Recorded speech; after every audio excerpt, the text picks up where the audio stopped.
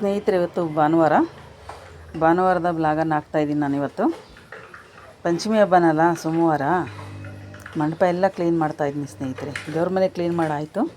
ಈಗ ಮಂಟಪ ಈಗ 15 ವರ್ಷ ಆಯಿತು ತೊಗೊಂಡು. ನಾನು ಇದನ್ನು ಶಿವಮೊಗ್ಗದಲ್ಲಿ ತೊಗೊಂಡಿದ್ದೆ.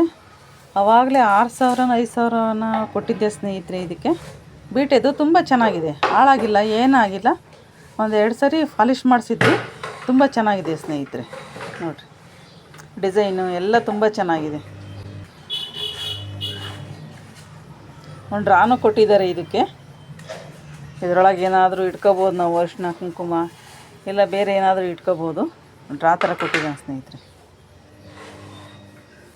ಎಲ್ಲ ಕ್ಲೀನ್ ಮಾಡಾದ್ಮೇಲೆ ಈ ಥರ ಮಂಟಪ ಕಾಣಿಸುತ್ತೆ ನೋಡಿರಿ ಸ್ನೇಹಿತರೆ. ನಾನು ಇದರಲ್ಲಿ ಲಿಂಗನ ಕೂರಿಸೋದು, ಈಶ್ವರ ಲಿಂಗು ಬರುತ್ತಲ್ಲ, ಅದು ಲಿಂಗನ ಈ ಮಂಟಪದಲ್ಲೇ ಕೂರಿಸೋದು ಸ್ನೇಹಿತರೆ ನಾನು.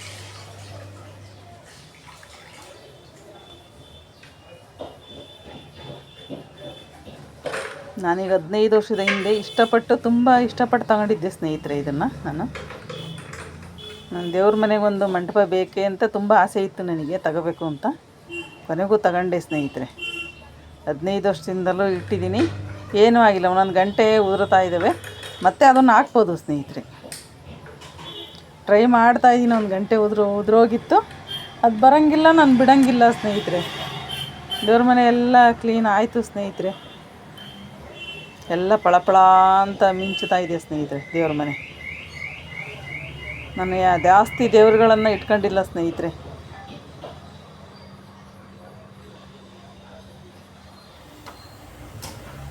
ದೇವ್ರ ಮನೆ ಎಲ್ಲ ಕ್ಲೀನ್ ಆಯಿತು. ಇವಾಗ ಅಡುಗೆ ಮಾಡೋಣ ಅಂತ ಬಂದೆ ಸ್ನೇಹಿತರೆ. ಹೀರೆಕಾಯಿಂದು ಬಸ್ಸಾರು ಮುದ್ದೆ. ಎಣ್ಣೆ ಖಾಲಿ ಆಗಿತ್ತು. ನಾನು ಗೋಲ್ಡನ್ ವಿನ್ನರೇ ಯೂಸ್ ಮಾಡೋದು.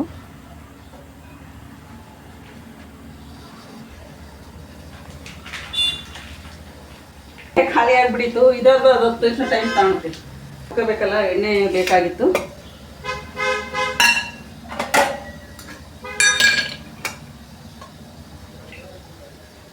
ಇವತ್ತು ತುಂಬ ಕೆಲಸ ಇದೆ ಸ್ನೇಹಿತರೆ. ಸೋಮವಾರ ಹಬ್ಬ ಇದೆಯಲ್ಲ, ನಾಗರ ಪಂಚಮಿ, ಎಲ್ಲ ರೆಡಿ ಮಾಡ್ಕೊಬೇಕು ನಾನು ಇವತ್ತೇ ಸ್ನೇಹಿತರೆ. ನೀವು ಹೇಗೆ ಆಚರಿಸಿದ್ರಿ ಕಮೆಂಟ್ ಬಾಕ್ಸಲ್ಲಿ ಖಂಡಿತ ತಿಳಿಸಿ ಸ್ನೇಹಿತರೆ.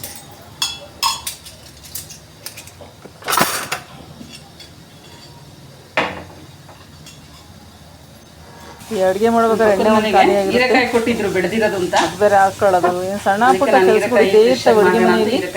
ಅದು ಗೊತ್ತೇ ಆಗೋದೇ ಇಲ್ಲ. ಒಂದೊಂದು ಮಾಡೋಕ್ಕೆ ಹೋದರೆ ಅದೇ ಇನ್ನೊಂದು ಕೆಲಸ ರೆಡಿಯಾಗಿರುತ್ತೆ ಸ್ನೇಹಿತರೆ.